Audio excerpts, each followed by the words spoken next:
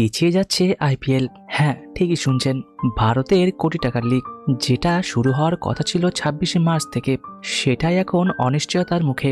দুদিন নাকি আরও বেশি, কেউ বলছে ২৮শে মার্চ, কেউ বলছে ২৯শে মার্চ। কিন্তু প্রশ্ন একটাই, হঠাৎ কেন এত জটিলতা? চলুন পুরোটা জেনে নিই। ৮ই মার্চ শেষ হচ্ছে টি-20 বিশ্বকাপ, তারপরই ক্রিকেট প্রেমীদের চোখ সোজা আইপিএলের দিকে। পরিকল্পনা অনুযায়ী ২৬শে মার্চ থেকে শুরু হওয়ার কথা ছিল আইপিএলের ১৯তম সংস্করণ। ফাইনাল নির্ধারিত ৩১শে মে। সবকিছু ঠিকঠাক কাগজে কলমে, কিন্তু বাস্তবটা একটু আলাদা। সমস্যা লুকিয়ে আছে রাজনীতির মাঠে। মার্চ থেকে মে এই সময়ে ৫ রাজ্যে বিধানসভার নির্বাচন। ওয়েস্ট বেঙ্গল, তামিলনাড়ু, আসাম, কেরালা ও পন্ডিচেরি।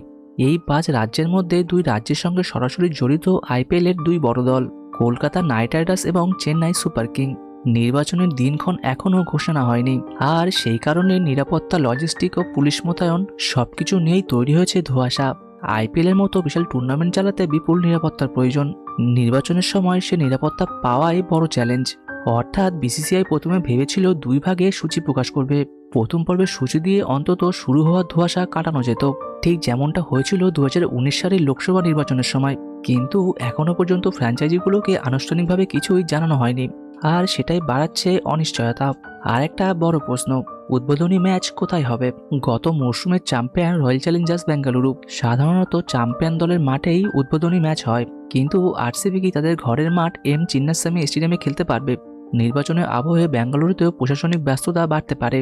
ফলে উদ্বোধনী অনুষ্ঠান কোথায় হবে সেটাও এখনও নিশ্চিত নয়। ক্রিকেট বিষয়ক ২ ওয়েবসাইট বলেছে অন্তত ২ দিন পিছোতে পারে আইপিএল। কেউ কেউ আবার বলছে ২৮ বা ২৯ মার্চ থেকে শুরু হতে পারে।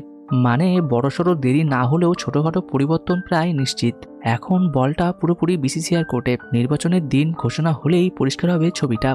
এখন প্রশ্ন আপনাদের কাছে, আইপিএল কি সময় মতো শুরু হওয়া উচিত, নাকি নির্বাচনকে মাথায় রেখে কিছুটা পিছনেই ভালো সিদ্ধান্ত? কমেন্টে জানান আপনার মতামত। ভিডিওটি ভালো লাগলে লাইক ও শেয়ার দিন, এবং অবশ্যই চ্যানেলটিকে সাবস্ক্রাইব করতে ভুলবেন না। চলুন দেখা হচ্ছে পরের ভিডিওতে। ধন্যবাদ।